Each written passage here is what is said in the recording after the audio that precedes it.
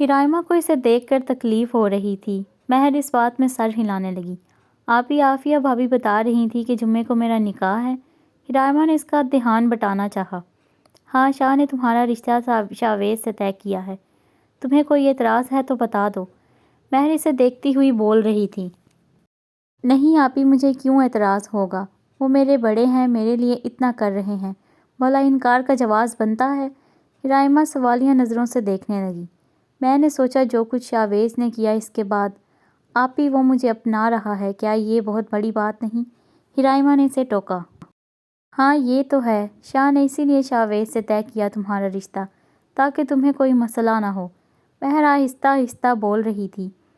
بھائی بہت اچھے ہیں، میں جتنا ان کا شکر ادا کروں کم ہے۔ ہرائمہ تشکرانہ نظروں سے دیکھتی ہوئی بول رہی تھی۔ مہر پھیکا سا مسکرائی۔ لیکن آپی میں ایک بار خود شاویز سے بات کرنا چاہتی ہوں۔ ہرائمہ بولنا کچھ چاہتی تھی اور بول کچھ گئی۔ ٹھیک ہے، میں کروا دوں گی تمہاری بات، لیکن امی کو معلوم نہیں ہونے دیں گے، وہ بلا وجہ بات کا بتنگڑ بنا دیتی ہیں۔ مہر منہ بناتی ہوئی بولی۔ ٹھیک ہے، جیسے آپ کو مناسب لگے۔ ہرائمہ خود کو کوسنے لگی۔ آپ نے شاویز کو معاف کر دیا؟ ہرائمہ کچھ دیر خاموش رہنے کے بعد گویا ہوئی۔ البتہ اس نے معافی نہیں مانگی، لیکن پہلے اس کی نگاہوں میں بے باکی ہوتی تھی، لیکن اب ندامت ہوتی ہے۔ پہلے وہ مجھے دیکھتا رہتا تھا، لیکن اب نظر اٹھا کر نہیں دیکھتا۔ شاید اسے اپنی غلطی کا احساس ہے۔ مہر سرد آ بڑھتی ہوئی بولی۔ آؤ تمہیں ملوا دوں اس سے۔ مہر کھڑی ہوتی ہوئی بولی۔ ہرائمہ ششپنج میں مبتلا ہو کر کھڑی ہو گئی۔ مہر باہر نکل آئی اور شاویز کے کمرے کی جانب چلنے لگی۔ سب اپنے اپنے کمروں میں تھے۔ مہر نے دروازہ ناک کیا۔ آ جائیں۔ شاویز کی آواز سنائی دی تو مہر دروازہ کھول کر اندر داخل ہو گئی۔ ہرائمہ باہر ہی رک گئی۔ جی بھابھی۔ شاویز بیڈ سے اتر کر کھڑا ہو گیا۔ چہرہ جھکا رکھا تھا۔ ہرائمہ تم سے کچھ بات کرنا چاہتی ہے تو میں نے سوچا۔ مہر الفاظ جوڑ رہی تھی۔ جی بھابھی آپ بھیج دیں، بے فکر رہیں، کچھ نہیں ہوگا اسے۔ شاویز اس کی جھجک سے یہی اخذ کر سکا۔ نہیں ایسا کچھ نہیں ہے۔ مہر نفی میں سر ہلاتی ہوئی بولی۔ شاویز اس بات میں سر ہلانے لگا۔ مہر باہر نکل گئی۔ تم بات کر لو، میں باہر کھڑی ہوں۔ مہر اس کے شانے پر ہاتھ رکھتی ہوئی بولی۔ ہرائمہ گردن ہلاتی اندر چلی گئی۔ ہرائمہ چہرہ جھکائے اس کے سامنے آئی۔ ہمت کر کے ہرائمہ اندر تو آ گئی تھی شاویز سے بات کرنے، لیکن شاویز کے سامنے اس کی ساری ہمت جواب دے گئی۔ بیٹھ جاؤ۔ شاویز اس کی جھجک محسوس کرتا کرسی کی جانب اشارہ کرتا ہوا بولا۔ شاویز نے ایک نظر میں اس کا جائزہ لیا۔ سرخ و سفید رنگ، جھکی پلکیں، پنکھڑی جیسے لب جنہیں وہ مسلسل کاٹ رہی تھی۔ شاویز کے لب دھیرے سے مسکرانے لگے۔ یہ ڈری سہمی سی لڑکی اسے اچھی لگی تھی۔ اگر کبھی وہ مہر سے نظر ہٹا کر اسے دیکھتا تو شاید پہلے ہی اسے پسند کر لیتا۔ تمہیں کچھ کہنا تھا مجھ سے؟ شاویز نے خود گفتگو کا آغاز کیا۔ جی وہ مجھے آپ کو کچھ بتانا تھا۔ ہرائمہ خوف زدہ ہو کر بول رہی تھی۔ پہلی بات تو یہ کہ میں کوئی جن نہیں ہوں، نہ ہی تمہیں کھانے کا ارادہ رکھتا ہوں، سو ایزی ہو کر بات کرو، کچھ نہیں کہتا میں۔ شاویز اسے نارمل کرنے کی غرض سے بولا۔ ہرائمہ نے چہرہ اٹھا کر اسے دیکھا جو مسکرا رہا تھا۔ شاویز کے ہلکے پھلکے انداز سے اسے کچھ بھڑاس ملی۔ میں ایک طوائف ہوں، صحیح معنوں میں طوائف۔ بولتے بولتے ہرائمہ کی آنکھوں سے آنسو جھلک پڑے۔ میں جانتا ہوں۔ شاویز کا لہجہ پر اعتماد تھا۔ مجھے بہت سے لوگوں نے۔ اس سے آگے ہرائمہ کے الفاظ دم توڑ گئے۔ میں یہ بھی جانتا ہوں۔ شاویز کے اعتماد میں کسی طور بھی کمی نہ آئی۔ آپ ایک ایسی لڑکی سے شادی کرنے جا رہے ہیں؟ ہرائمہ چہرہ اٹھا کر اسے دیکھنے لگی۔ میں خود بھی کوئی اچھا انسان نہیں ہوں۔ میرا کافی عرصے سے ایک لڑکی کے ساتھ افیئر ہے، لیکن اب نہیں۔ اور سنا ہوگا تم نے، ناپاک عورتیں ناپاک مردوں کے لیے اور پاکیزہ عورتیں پاکیزہ مردوں کے لیے۔ اگر میں توقع کرتا ہوں کہ مجھے کوئی صاف شفاف بیوی ملے گی تو غلط ہے۔ بے شک تمہارا کوئی قصور نہیں اس میں، لیکن میں ایک ایسی ہی لڑکی کو ڈیزرو کرتا ہوں۔ شاویز صاف گوئی سے بولا۔ ہرائمہ ششدر رہ گئی۔ میں اسموکنگ کرتا ہوں بہت زیادہ، تمہیں برداشت کرنا پڑے گا، یا پھر ایسا کرنا تم بھی میرے ساتھ اسموکنگ کرنا۔ شاویز دھیرے سے مسکراتا ہوا بولا۔ ہرائمہ اس کی بات پر مسکرانے لگی۔ تھوڑا سا نہیں، بہت زیادہ بگڑا ہوا ہوں، سدھرنے کا کوئی امکان نہیں، تمہیں میرے ساتھ ایڈجسٹ کرنا پڑے گا۔ شاویز اسے دیکھتا ہوا بولا۔ ہرائمہ اس بات میں سر ہلانے لگی۔ رہی بات محبت کی تو بہت بار ہوئی ہے، تم سے بھی ہو جائے گی، شاہویز محظوظ ہوتا ہوا بولا۔ شاہویز کو سن کر ہرائمہ کا دل پرسکون ہو گیا تھا۔ وہ جیسا بھی تھا اس کا ہونے والا شوہر تھا اور اسے ہر حال میں قبول تھا۔ ایک اور بات، تمہیں میری ہر بات ماننی پڑے گی، قبول ہے؟ شاہویز آبرو چکا کر بولا۔ ہرائمہ اس بات میں سر ہلانے لگی۔ مجھے ایک بات بتاؤ، بیوی لا رہا ہوں یا گائیں جو صرف سر ہلاتی ہے؟ کچھ بولو بھی۔ شاہویز باتوں کو طول دینا چاہتا تھا۔ میں کیا بولوں، جو کہنا تھا آپ سب جانتے ہیں۔ ہرائمہ شانے چکاتی اسے دیکھنے لگی۔ جو کہنے آئی تھی اسے یہیں بھول جاؤ، دوبارہ ہم اسے ڈسکس نہیں کریں گے۔ ہر انسان کا ماضی ہوتا ہے اور ہم دونوں کا کلیئر ہو چکا ہے۔ جی، ہرائمہ سر جھکا کر بولی۔ شاہویز کو شرارت سوجھ رہی تھی۔ ایک بات بتاؤ، تم نے بہت لڑکے دیکھے ہیں؟ شاہویز بغور اسے دیکھتا ہوا بولا۔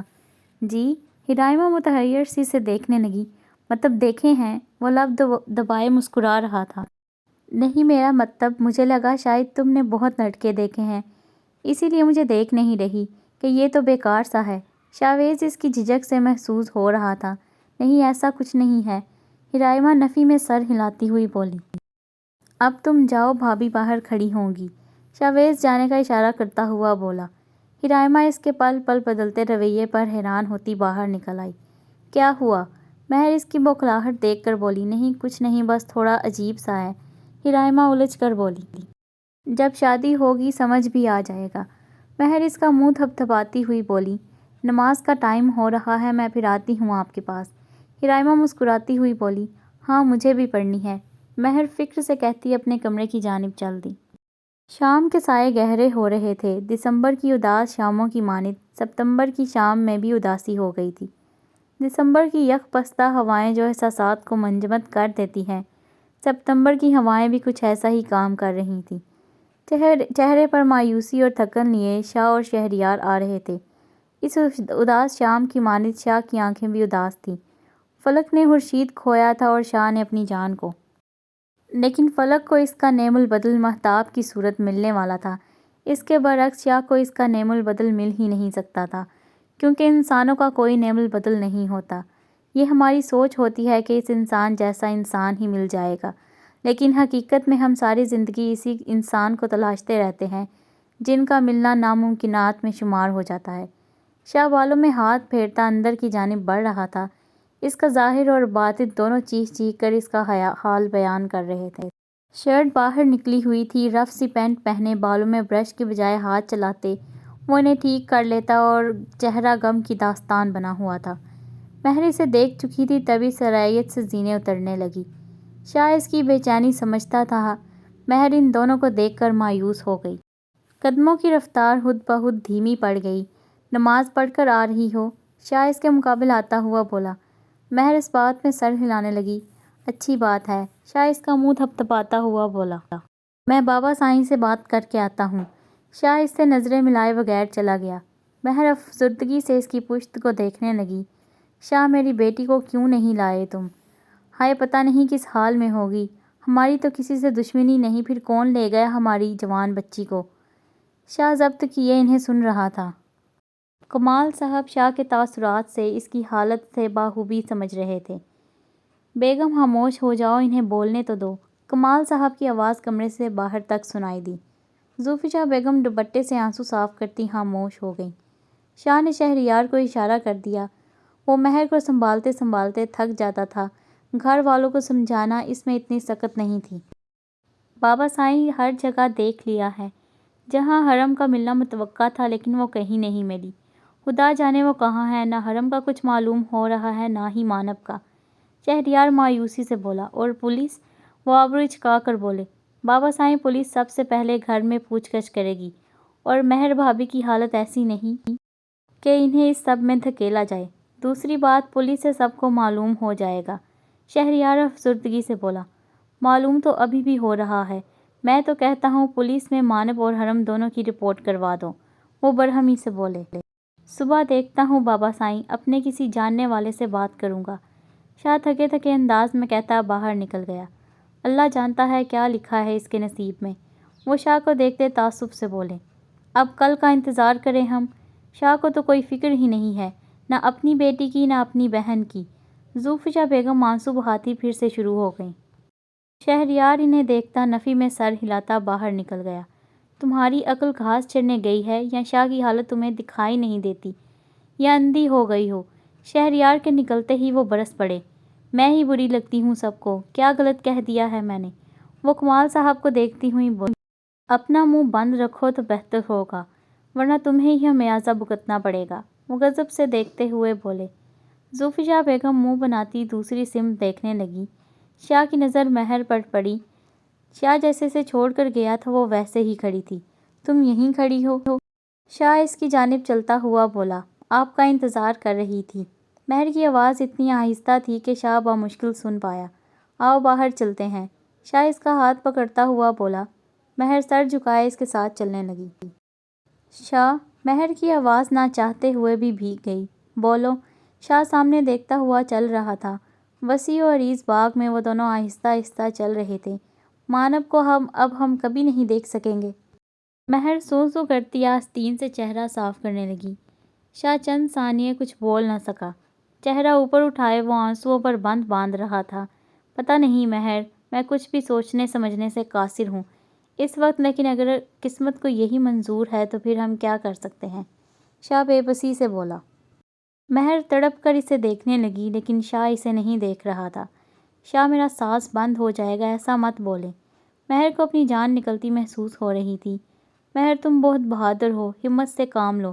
دیکھو تمہارا شوہر کتنے حوصلے والا ہے، ایک ہی دن میں بہن اور بیٹی دونوں کو کھو دیا، پھر بھی تمہارے ساتھ صبر کا دامن تھامے کھڑا ہے۔ شاہ درخت سے ٹیک لگائے مہر کو دیکھنے لگا۔